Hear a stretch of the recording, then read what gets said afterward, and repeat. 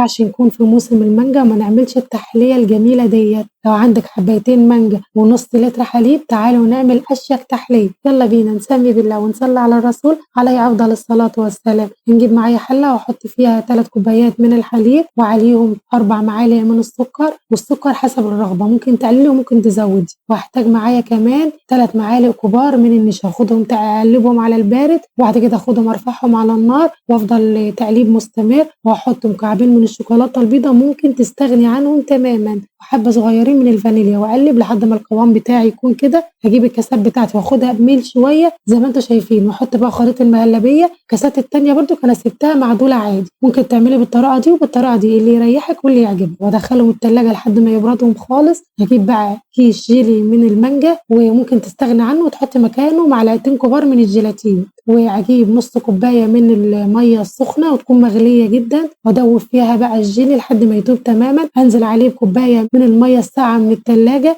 وأقلبهم وأركنهم على الجنب كده لمدة دقيقتين. وعندي مانجتين أنا مقطعة المانجا أهوّة، آخدهم بقى أفرمهم في الخلاط مع حبة من المية صغيرين بس علشان تتفرم معايا، وهاخدهم بقى أصفيهم على الجيلي بتاعي، وكده تكون المانجا بتاعتي جاهزة معايا والكوبايات ساقت معايا. أجيب أطلع بقى الكوبايات وأحط بقى خليط المانجا بتاعي وأسيبها لحد ما تبرد تمامًا في التلاجة. أنا عملتها من بالليل وسبتها لتاني يوم الصبح، وتزوقيها بقى بقطع من المانجا وتكسري اللون كده بالنعناع. بصوا تحلية جميلة، المهلبية البيضة مع المانجا خطيرة يا جماعة، جربوها وقولوا لي رأيكم إيه في الكومنتات. ولو أول مرة تشوفوني ما تنسوش تعملوا لي اشتراك في القناة ولايك وشير عشان يوصل لكم كل جديد.